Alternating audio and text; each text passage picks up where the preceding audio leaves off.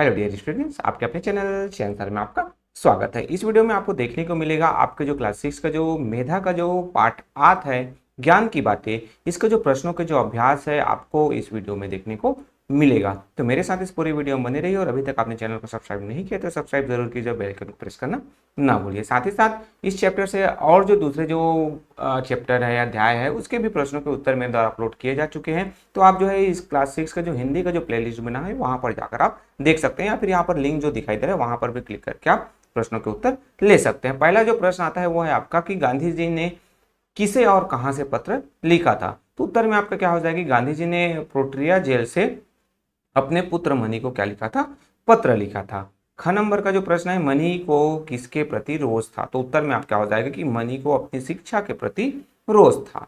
फिर आपका ग नंबर आता है कि बड़ी उम्र में किन किन विषयों को सीखने में मुश्किल होती है। तो उत्तर में हो जाएगा बड़ी उम्र में गणित और संस्कृत विषयों को सीखने में मुश्किल होती है। मतलब ज़्यादा बड़े होते जाओगे तो गणित और संस्कृत को सीखने में आपको परेशानी होने लगेगी। फिर आपका अगला आता है दूसरा, इन प्रश्नों के उत्तर दीजिए में गांधी जी किस जेल में कैद थे। तो गांधी जी प्रोट्रिया जेल में कैद थे। फिर आपका अगला आता है कि बा के बारे में गांधी जी ने क्या क्या जानना चाहा था। तो उत्तर में हो जाएगा कि बा के बारे में गांधी जी ने यह जानना चाहा कि बा अब तक स्वस्थ होकर स्वयं चलने फिरने लगी है या नहीं। फिर आपका अगला आता है ग नंबर का, वह है सच्ची शिक्षा क्या काम करती है। तो सच्ची जो शिक्षा है चरित्र का निर्माण करती है। सच्ची शिक्षा तो चरित्र का निर्माण करती है। फिर आपका घ नंबर का आता है कि गांधी जी ने किन किन 3 बातों को महत्वपूर्ण बताया था। तो उत्तर में हो जाएगा कि गांधी जी की महत्वपूर्ण 3 बातें हैं, अपनी आत्मा का, अपने आप का और ईश्वर का सच्चा ज्ञान प्राप्त करना। तो ये 3 बातें गांधी जी ने बताई थी। फिर आपका अगला आ जाता है, गांधी जी क्यों चाहते थे कि मनी एक योग्य किसान बने। उत्तर हो जाएगा गांधी जी जानते थे कि भविष्य में उनके परिवार को खेती बाड़ी से जीवन निर्वाह करना है, तो इसलिए गांधी जी चाहते थे कि मनी एक योग्य किसान बने। फिर आपका 6 नंबर आता है कि गांधी जी ने किन किन भाषाओं के भजनों का संग्रह तैयार करने का सुझाव दिया था। तो उत्तर हो जाएगा गांधी जी ने हिंदी, गुजराती और अंग्रेजी भाषाओं के चुने हुए भजनों का संग्रह तैयार करने का सुझाव दिया था। फिर आपका अगला जो प्रश्न आता है, इन पंक्तियों की व्याख्या कीजिए। जैसे कि यहाँ पर मैं अब समझ गया हूं कि केवल अक्षर ज्ञान ही शिक्षा नहीं है। तो उत्तर आता है कि उत्तर में क्या होगा कि कारागार में गांधी जी का व्यवहारिक जीवन बिताना पड़ा था, जिसमें चरित्र निर्माण और कर्तव्य बोध का ज्ञान जरूरी था। ये बातें मात्र अक्षर ज्ञान से नहीं सीखी जा सकती थी। तो ये का उत्तर हुआ। फिर आपका खा आता है, मैं जितना अधिक विचार करता हूँ उतना ही मुझे लगता है कि मैं निर्धनता में ही सुख है। तो अब यहाँ पर निर्धनता में जीने का अर्थ है आवश्यकताओं के अनुरूप अपनी इच्छाओं को सीमित करना, इसलिए निर्धनता में जीने का सुख अलग किस्म का है। तो ये आपका उत्तर हो गया कि भाई निर्धनता में जीने का क्या है, अर्थ है कि आवश्यकताओं के अनुरूप अपनी जो इच्छाएं हैं उसको हम सीमित कर लेते हैं। हमारे पास पैसा नहीं है, मनी नहीं है, तो हम अपनी इच्छाओं को हम क्या कर लेते हैं, सीमित कर लेते हैं। तो इस तरीके से जीने का अलग ही आनंद आता है। फिर आपका अगला आता है जीने की राह। तो जीने के राह में पहला आता है कि जब कभी आपकी जो माँ है, आपके पिता बीमार होते हैं तो आप उसकी देखभाल में क्या योगदान करते हैं। तो ये अपने अनुसार से अलग अलग उत्तर हो सकता है। मैंने यहाँ पर आपको कुछ बताने का प्रयास किया है, तो ये भी आप लिख सकते हैं या फिर अपने से भी दे सकते हैं कि मैं जो है छोटी छोटी चीज़ों में मदद करने का प्रयास करता हूँ। उन्हें नियमित रूप से दवाएं लेने में या किसी चीज़ को लाने की आवश्यकता होती है तो उसमें भी मैं मदद कर देता हूँ। उनके लिए कपड़ा बिछा देना, क्या कर देना, बेड्स वगैरह बिछा देना, लगा देना, उनके जो है मदद करते हैं। छोटी छोटी चीज़ों में हम उनकी मदद कर सकते हैं।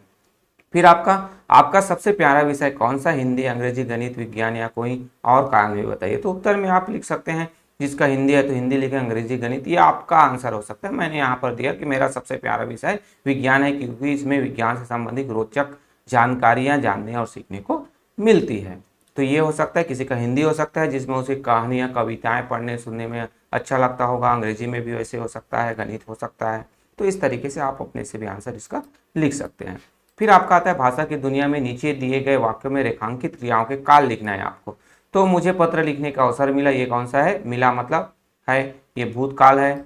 फिर आपका आएगा मुझे तुम्हारा ही ध्यान आया, ये भी क्या होगा, भूतकाल है। तुम अपनी जिम्मेदारी निभा रहे होंगे, ये आपका वर्तमान काल हुआ। फिर आपका आता है कि भविष्य में तुम एक योग्य किसान बनोगे, ये क्या होगा, भविष्यत काल होगा। फिर आपका अगला आता है, इसमें आएगा तुम दूध के साथ साबूदाना ले रहे हो, ये क्या होगा, वर्तमान आ गया। फिर मनी यह काम अच्छी तरह से करते हैं, ये भी आपका क्या हो गया, वर्तमान आ गया। उन्होंने भजनों का संग्रह तैयार किया, ये भी क्या आपका हो जाएगा, भूतकाल हो जाएगा। फिर आपका आता है तुम नियम पूर्वक प्रार्थना करते होंगे, ये आपका क्या हो जाएगा, वर्तमान काल हो जाएगा। फिर अब मैं इस पत्र को समाप्त करता हूं, ये भी आपका क्या हो जाएगा, वर्तमान काल हो जाएगा। अगला, आपकी भाषा की दुनिया में इन शब्दों का संधि विच्छेद कीजिए। इसमें आएगा निर्धन, तो नि प्लस आपका धन है ना, ये आपका निर्धन हो जाएगा। फिर आपका कारागार, कारागार का क्या हो जाएगा, कारा प्लस गार है ना, ये जो है कारा और गार मिलकर क्या बनाएंगे, कारागार बनाएंगे। फिर आपको विच्छेद करना है निरंतर, निर प्लस अंतर, ये क्या हो जाएगा, निरंतर। फिर आपका घ नंबर का आएगा सूर्योदय, तो सूर्य प्लस उदय, ये हो जाएगा सूर्योदय। तो इस तरीके से ये जो आपका संधि विच्छेद, फिर इन शब्दों से वाक्य बनाइए। तो प्रार्थना है, तो ईश्वर ने मेरी प्रार्थना स्वीकार कर ली, प्रार्थना से संबंधित भविष्य, मैं भविष्य में इन बातों का ध्यान रखूंगा। फिर आपका ग हो जाएगा योग्य, तुम इस योग्य हो चुके हो कि मैं तुम पर भरोसा कर सकूं। फिर आपका घ आता है शिक्षा, शिक्षा हमें मानवता का पाठ पढ़ाती है। और आपका यो जो अगला आता है वो है जो उत्तर सही हो उसके सामने सही का आपको निशान लगाना है। तो क नंबर का इस शब्द में र रेप और र पदेन का प्रयोग एक साथ हुआ है। तो सूर्योदय में हुआ है कि प्रेम पूर्वक में हुआ है कि प्रेम सहित में हुआ है कि नियम पूर्वक में हुआ है। तो यहाँ पर आपका क्या हो जाएगा, प्रेम पूर्वक में र रेप यहाँ पर, और यहाँ पर आप देख रहे हो तो सभी एक साथ प्रयोग हुआ है। फिर आपका अगला आता है मैं पत्र किसे लिखूं, तो इस वाक्य में जो रेखांकित शब्द है वो क्या है, तो यहाँ पर सर्वनाम है कि विशेषण है कि क्रिया है कि आपका क्रिया विशेषण है। तो यहाँ पर क्या हो जाएगा, सर्वनाम किसे लिखूं, मतलब ये क्या हो जाएगा, सर्वनाम हो जाएगा।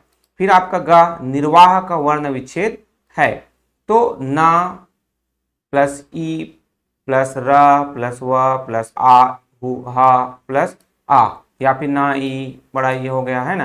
तो इस तरीके से यहाँ पर पहला जो है आपका क्या हो जाएगा, राइट हो जाएगा। निर्वाह का जो वर्ण विच्छेद होगा, ना जो है आधा ना होगा, फिर ई होगा छोटे ई, फिर आपका रा आधा, फिर आधा हुआ, फिर आपका बड़ा आ होगा, फिर आपका हा होगा आधा, फिर आ होगा। तो इस तरीके से निर्वाह का वर्ण विच्छेद होगा।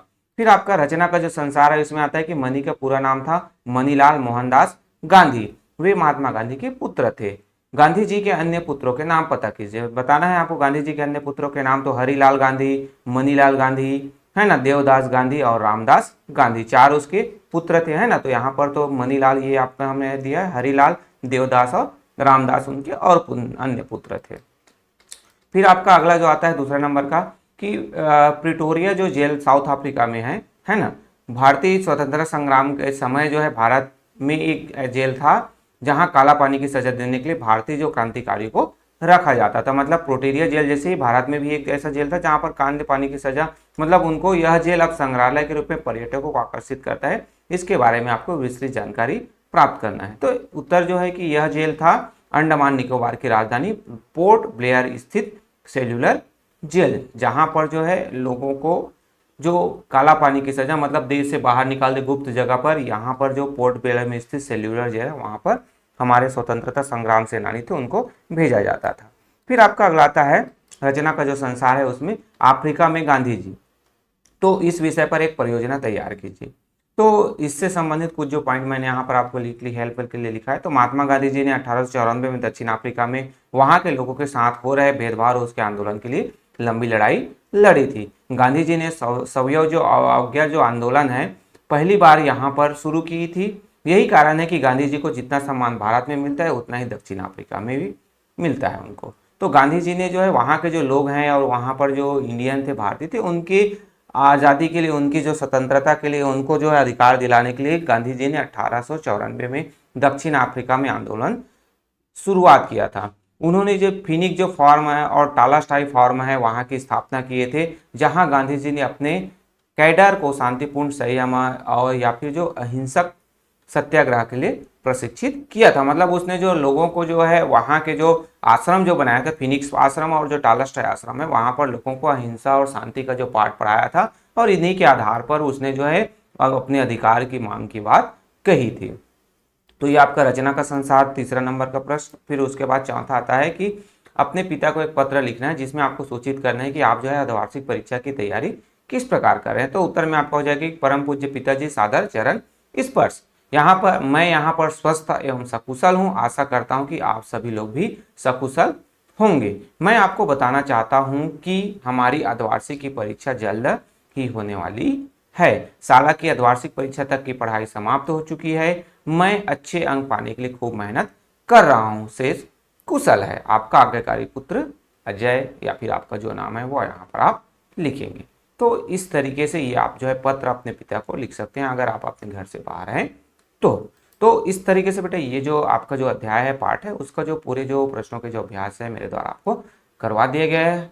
आशा करता हूँ यह आपके लिए बहुत ही ज़्यादा मददगार होगा। वीडियो मददगार है तो आपको क्या करना है, वीडियो को लाइक करना है, अपने दोस्तों के साथ शेयर करना है। कुछ डाउट है, कुछ प्रॉब्लम है तो कमेंट्स कीजिए, और अभी तक आपने चैनल को सब्सक्राइब नहीं किया तो सब्सक्राइब जरूर कीजिए ताकि इसी प्रकार के आपके जो मददगार वीडियो मिलता रहे। Okay, thank you.